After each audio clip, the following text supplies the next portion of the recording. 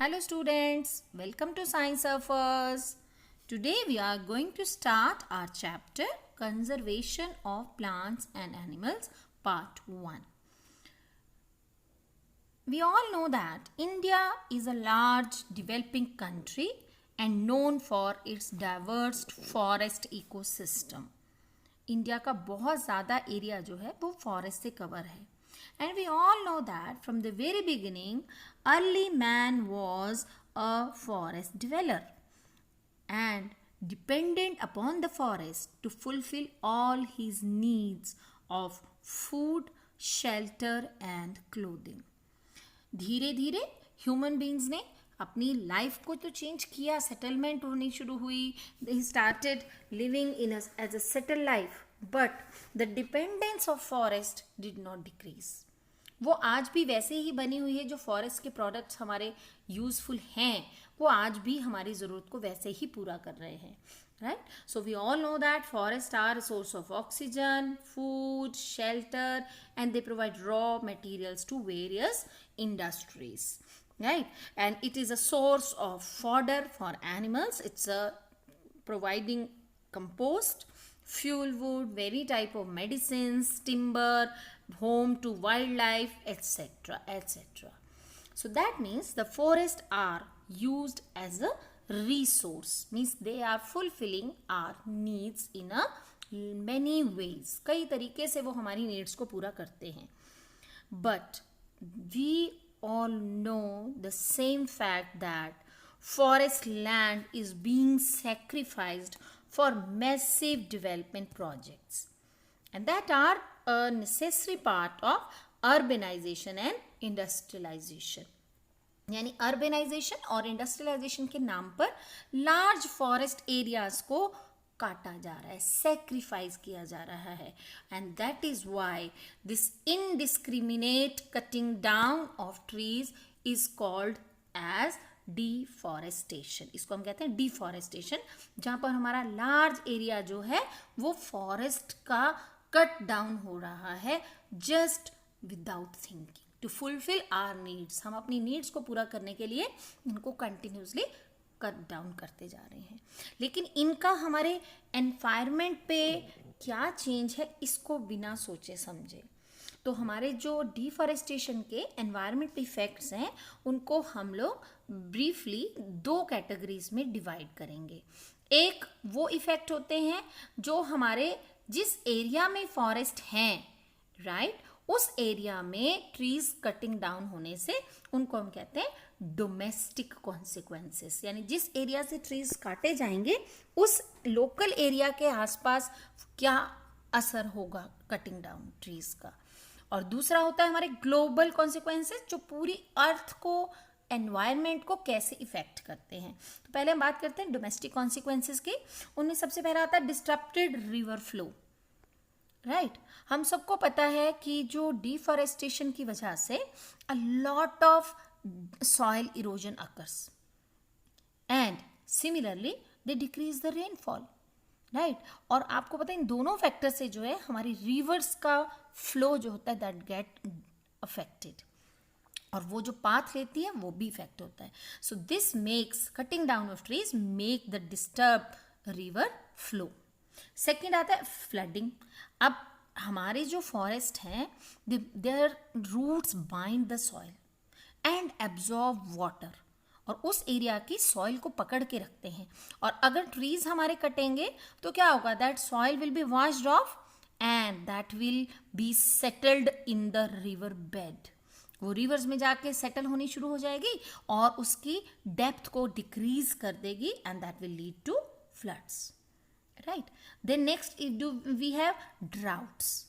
Right, fewer trees means more carbon dioxide in the atmosphere, because हम सबको पता है कि एटमॉस्फेयर में कार्बन डाइऑक्साइड को अब्जॉर्ब करने वाले ट्रीज ही तो हैं, और हम इतने ट्रीज काटेंगे तो उससे क्या होगा, carbon dioxide will increase, that will lead to global warming, increase in the temperature on the earth, and that will obviously disturb the water cycle. उससे वाटर साइकिल भी डिस्टर्ब होगी, हमारी रेनफॉल भी डिक्रीज होगी, और obviously that will lead to drought. सूखा पड़ेगा, area में बारिश नहीं होगी, टाइम से रेन्स नहीं होंगी.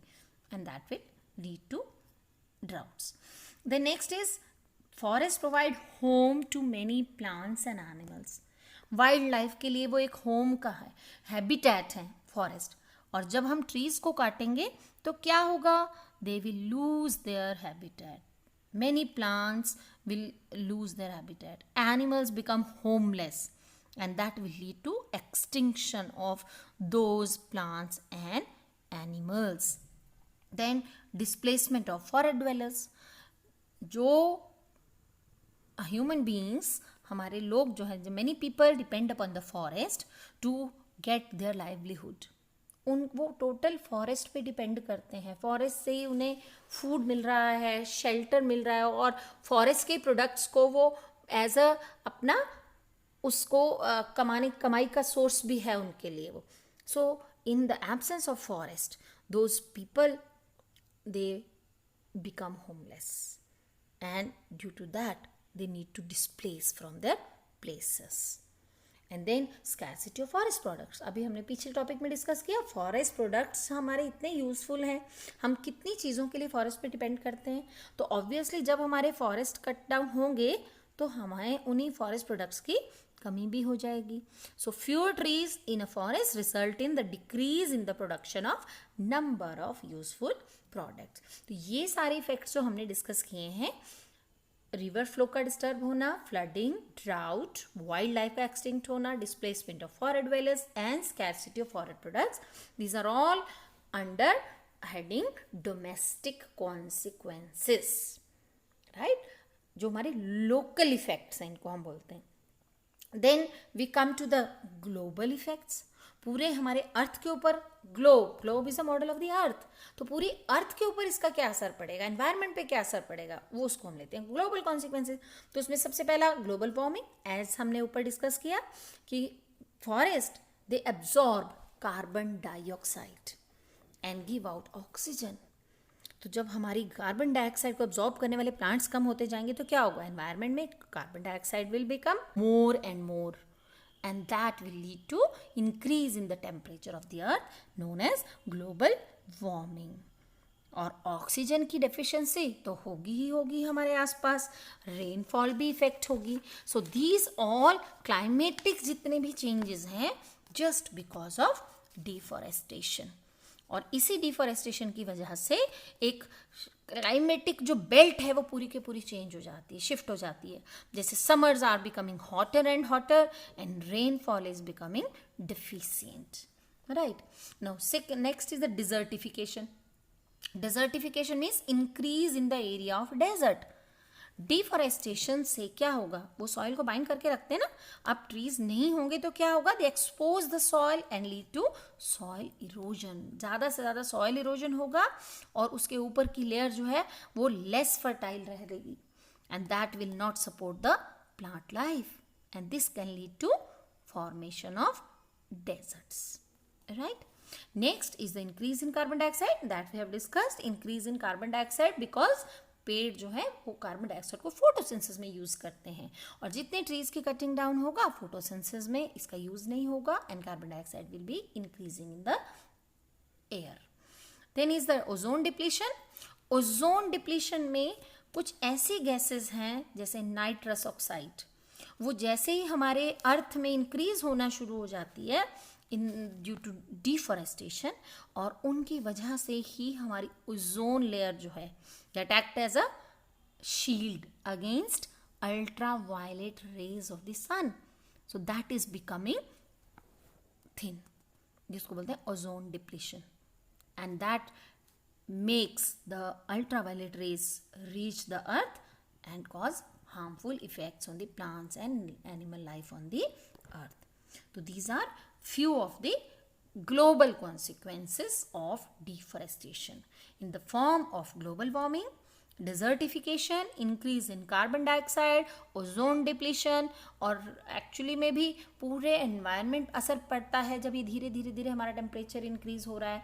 आप देख ही रहे हैं ग्लोबल वार्मिंग के इफेक्ट. हमारे जो ग्लेशियर्स हैं, आर्कटिक और polar ice is getting less, वहाँ वो पिघलती जा रही है, मेल्ट हो रही है, वो पानी कहाँ जा रहा है, सी में. लेवल ऑफ ओशंस और seas are rising, So these are some of the effects which globally affect the earth. Okay. So with this, the main effect of deforestation is over, and in second part we'll study about how can we conserve the forest and wildlife. So thank you. Please like and subscribe to get more video of this chapter.